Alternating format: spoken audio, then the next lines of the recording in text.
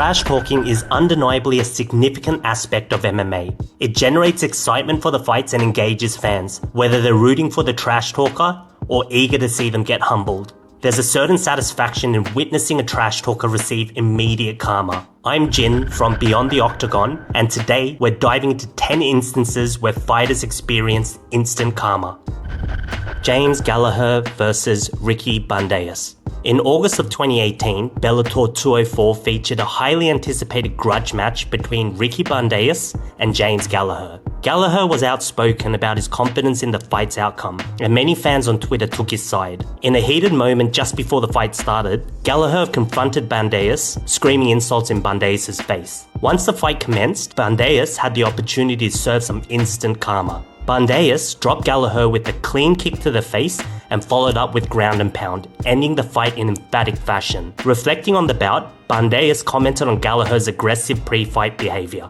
What was it like when you're in the cage and he's in your face, the fight hasn't started yet, there's no commission around to separate you guys? What's going through your head at that point? It didn't make any sense. We're about to fight in a minute. I had no idea why the hell he was acting like an animal.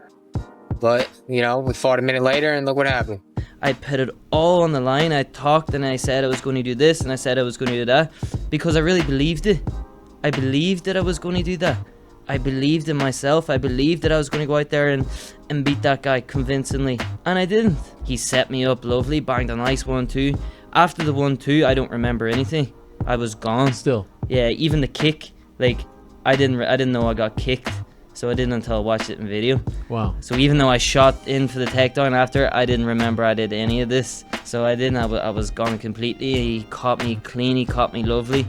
Fair play to him. But I'm proud of myself. I stepped up there. I put it all on the line. Joe Harding versus Johan Sagas. In February of 2017, the featherweight title bout at BC MMA 18 featured Johan Sagas against Joe Harding. Throughout the fight, Harding was more focused on showboating than on actual combat, often attempting to touch gloves only to follow with a strike. In the third round, Harding tried to showboat once again after throwing a jab. This time, Sagas seized the moment, delivering a devastating head kick and following up with ground and pound to decisively finish Harding. High kick that lands and then a jab to follow it up. Again with the jab. Yes! Always sinks! Yeah, you've done all yes. Okay, awesome. Thank you so much for coming over here. You're an absolute unit. I want to do When you between BKK fighters over here. Oh, okay. When you're over here, get me on Facebook. Conor at me, Jack, and we'll do something. You go back to France tomorrow? Or? Yeah, tomorrow. Safe flight, man. Thank you so much for coming over here. Enjoy that belt. And Right there. Yeah. You're big. I'm the one who's knocked out.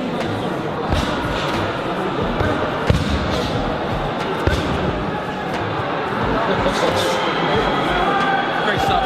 Thank you so much. Aaron Chalmers versus Corey Browning. Next on our list is the February 2019 matchup at Bellator Newcastle, where Corey Browning took on Aaron Chalmers. Chalmers, a newcomer to MMA transitioning from an acting career, was entering his second Bellator fight. During the bout, Chalmers managed to knock down Browning and began celebrating prematurely. This early celebration turned out to be a critical mistake. In the third round, Browning capitalized on the opportunity, securing a heel hook that forced Chalmers to tap out. Aaron, did you think that the referee was going to call it off at one point during the first round? Because it seemed like you were going to walk away and then there was a moment of confusion. What were your thoughts at that point? I'll be honest, mate, I thought I had knocked him out. Just pure novice. I've been fighting for 18 months. Haven't had any amateurs. Fair play to Corey. I just got excited. In my hometown, clipped him, and I wanted the walk-off finish. Turned around, he was getting back up, which was unexpected. But yeah, we've had a bit of I think it was a 3-round war.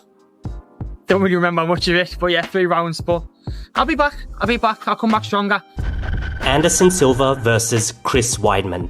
Let's rewind to July 2013 at UFC 162, where Anderson Silva faced Chris Weidman in a memorable middleweight title fight. Silva was known for his flashy showboating, but this time he took it a step too far, and the cocky antics led to his downfall. Weidman capitalized on an opening, landing a powerful left hand that dropped Silva to the canvas, followed by relentless ground and pound to secure the victory.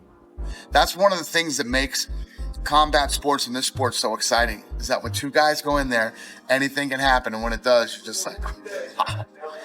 And to go out like that, like goofing around, doing all the shit he did, and then to get clipped. Hikaru Sato versus Jonathan Ivey. In July 2013, at Pancrase 248, Jonathan Ivey clashed with Hikaru Sato in a catchweight fight. Ivey made a dramatic entrance, donning a leather-faced mask and exuding confidence. As the fight began, Ivey took a moment to flaunt his crane technique. However, this display of showmanship backfired. Just 1 minute and 18 seconds into the first round, Sato landed a decisive right straight hand, ending the fight and securing a swift victory. Nick Diaz versus Anderson Silva.